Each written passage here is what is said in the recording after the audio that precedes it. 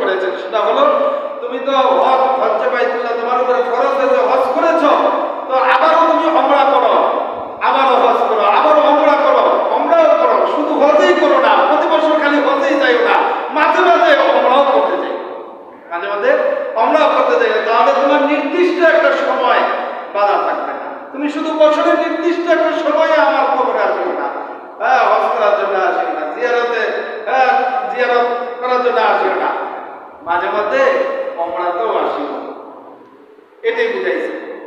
এরপরে আল্লাহর নবী বলেন ওয়াসাল্লু আলাইয়া ফাইন সালাতাকুম তাবলুগি হাইসু কুনতুম, বরং তোমরা সর্বদা আমার উপর সালাত ও সালাম পাঠাও, কারণ তোমাদের সালাত ও সালাম আমার নিকট অবশ্যই পৌঁছাইবে তোমরা যেখানেই থাকো না কেন। এরপরে 6 নম্বর কথা হলো কবরের উপরে বসাও নিষেধ। কবরের উপরে বসাও নিষেধ, চিন্তা করে সেজদা তো করবেন দূরের কথা, বসাও নিষেধ কবরের উপরে। আবু দাউদ শরীফের 3232 নম্বর হাদিস। এই হাদিসে আল্লাহ নবী বলেন সামিউতু আবা মারসাদিল কুনিয়া ইয়াকুলু ক্বালা রাসূলুল্লাহ সাল্লাল্লাহু আলাইহি ওয়াসাল্লাম লা তাজআলু আলাল কুবুরি ওয়া লা তুসাল্লু ইলাইহা। আবু মারসাদ আল-কানবী রাদিয়াল্লাহু তাআলা থেকে বর্ণিত, আল্লাহ নবী সাল্লাল্লাহু আলাইহি ওয়াসাল্লাম বলেন তোমরা কবরের উপরে বসবা না এবং কবরের দিকে মুখ করে সালাত আদায় করবে না। কবরের উপরে বসবাও না, এমনকি কবরকে সামনে রেখে অথবা কবর কেন্দ্রিক করে তোমরা সালাত আদায় করবে না। তাহলে এতক্ষণ আলোচনার মধ্যে আমাদের কাছে একটা জিনিস পরিষ্কার হয়ে গেল, সেটি হলো যারা কবরে সেজদা দেয় তারা হলো নিকৃষ্ট, যারা কবরে সেজদা দেয় দ্বিতীয় নাম্বার তারা হলো আল্লাহর অভিশপ্ত প্রাপ্ত বান্দা। আর আল্লাহর নবী স্পষ্ট বলে দিয়েছেন তোমরা কবর কেন্দ্রিক ভাবে মসজিদ বানাবে না, কবরের উপরে কোনো মসজিদ হবে না, সেজদার স্থান হবে না, কোনো সেজদা দিতে পারবে না, এমনকি মসজিদে কবরের উপরে বসতেও পারবে না, কবরকে কেন্দ্র করে সামনে রেখে কোনো সালাত আদায় করবে না, নামাজ। প্রিয় উপস্থিতি, গুনাহের ব্যাপারে কয়েকটি কথা মনে রাখবেন। এবার গুনাহের ব্যাপারে কয়েকটি কথা বলি আপনাদের। যেমন এর আগে ততক্ষণ পর্যন্ত যতটুকু শুনলাম এগুলো মারাত্মক ধরনের কঠোর গুনাহ, গুনাহটা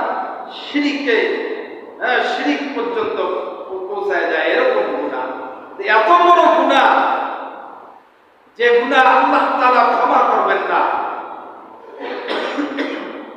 এরকম একটা গুনাহ, শিরিকের গুনাহ, এই শিরিক পর্যন্ত নিয়ে যায়। এরকম গুনাহ থেকে বাঁচার জন্য গুনাহের ব্যাপারে কয়েকটি কথা আপনাদের সামনে।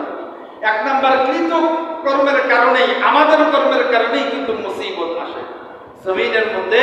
আমাদের কৃত কর্মের কারণে, আমাদের কাজের কারণে, কর্মের কারণে, আমাদের হাতের পায়ের, আমাদের এই অঙ্গ প্রত্যঙ্গের কারণেই কিন্তু জমিনের মধ্যে মুসিবত আসে, বিপদ আসে।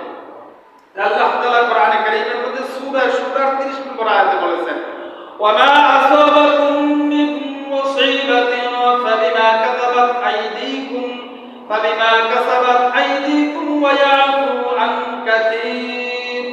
আল্লাহ তাআলা বলেন আর তোমাদের প্রতি যে মুসিবত আসে তা তোমাদের কৃত কর্মেরই ফল, আর অনেক বান্দাকে আল্লাহ তাআলা তোমাদের অনেক কিছুকেই ক্ষমা করে দেন। এই ব্যাপারে 2 নম্বর কথা, গুনাহকে পাহাড়ের মতো মনে করা, গুনাহকে পাহাড়ের মতো মনে করতে হবে। আব্দুল্লাহ ইবনে মাসউদ রাদিয়াল্লাহু তাআলা আনহু থেকে হাদিসটি বর্ণিত, আল্লাহর নবী সাল্লাল্লাহু আলাইহি ওয়াসাল্লাম বলেন ঈমানদার ব্যক্তি তার গুনাহগুলোকে এত বিরাট মনে করে যে সে যেন একটা পর্বতের নিচে দাঁড়িয়ে আছে। ঈমানদার তার গুনাহকে এমন মনে করবে যে সে যেন মনে করে যে আমি একটা পর্বতের নিচে দাঁড়িয়ে আছি, কখন যেন এই পর্বতটা ধসে আমার উপরে পড়ে যায়, এটা যেন ঈমানদাররা মনে করে। আর পাপিষ্ঠ যারা গুনাহগার, যারা তার গুনাহগুলোকে মাছির মতো মনে করে যা তার নাকে বসে চলে যায়, এই কথাটি আবু শিহাব নিজ নাকে হাত দিয়ে, হাদিসটি রিওয়ায়াত যিনি করেছেন, যিনি বর্ণনা করেছেন, বর্ণনাকারী নিজেই তার নাকের মধ্যে হাত দিয়ে ইশারা করে বুঝিয়ে দিলেন যে নাকের মধ্যে মাছি আসে বসে এরপরে চলে যায়, তার গুনাহগুলোকে যদি সে এরকম মনে করে তাহলে সে কিন্তু গুনাহ থেকে বাঁচতে পারবে না। সে যদি এরকম মানুষই মনে করে, নরমাল মনে করে যে একটা মাছি নাকের মধ্যে আসে পড়ছে, এটা আবার চলে গেছে, এরকম সাধারণ মনে করবে না, তার প্রত্যেকটা গুনাহকে সে পর্বতের মতো মনে করবে। এরপরে রিওয়ায়াতকারী আল্লাহ নবী সাল্লাল্লাহু আলাইহি ওয়াসাল্লামের একটি হাদিস বর্ণনা করলেন। আল্লাহ নবী সাল্লাল্লাহু আলাইহি ওয়াসাল্লাম বলেন, দেখো যে কোনো এক ব্যক্তি যদি সফরে বের হয়, দূর সফরে চলে গেছে, মরুভূমির মধ্যে যাওয়ার পরে এক জায়গায় এসে ক্লান্ত হয়ে গেছে, এবং ক্লান্ত অবস্থায় ওই জায়গার মধ্যে সে একটু বিশ্রাম নেওয়ার জন্য একটু বসে গেছে, বসার পরে একটা গাছের মধ্যে কোথাও হেলান দিছে, হেলান দিয়ে বসছে, তো ক্লান্ত শরীর থাকার কারণে তার ঘুম এসে গেছে, তন্দ্রা এসে গেছে, তো ঘুমায় গেছে। ঘুম থেকে জেগে উঠে দেখে তার যে বাহন ছিল, বাহনের মধ্যে যে খাদ্য সামগ্রী ছিল, এই বাহনটা তার নাই, হারিয়ে গেছে। এখন এই বাহন খোঁজার জন্য সে ছুটাছুটি করতেছে, দীর্ঘক্ষণ খোঁজাখুঁজি করার পরে যখন না পায়, তখন আল্লাহর উপরে ভরসা করা ছাড়া আর কোনো তার গতি থাকে না। এমন তো অবস্থায় সে বলে উঠল, আল্লাহর উপর ভরসা করলাম। আবারও সে ফিরে এসে যেই জায়গার মধ্যে ঘুমাইছিল ওই জায়গায় বসে আবারও ঘুম থেকে জেগে উঠে দেখে যে তার সামনে তার ঘোড়াটা দাঁড়িয়ে আছে। বলেন তো এই ব্যক্তিটা কি ধরনের খুশি হবে, কি পরিমাণ খুশি হবে?